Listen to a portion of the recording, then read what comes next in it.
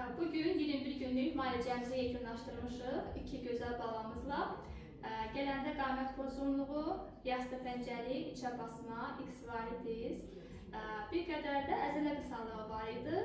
Daban əyilərkən yuxarıda qalırdı və əl yerə dəymirdi. Bugün 21 günün sonunda bütün göstəricilər üzrə çox yaxşı bir nəticələr almışıq. İndi bax, əl yerə dəyir, göstərin uşaqlar.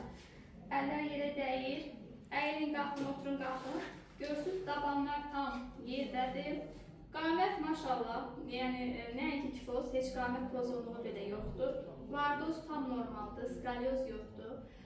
Və oğlumuzda eyni zamanda X-varitisdə də irəliləyiş almışıq. Əgər onu birləşdirib zəhmət olmasa, gördüyünüz kimi heç bir X-varitis artıq yoxdur. Bu da onu göstərir ki, yastı pəncə içə basmada artıq xeyli irəliləyişlərimiz var.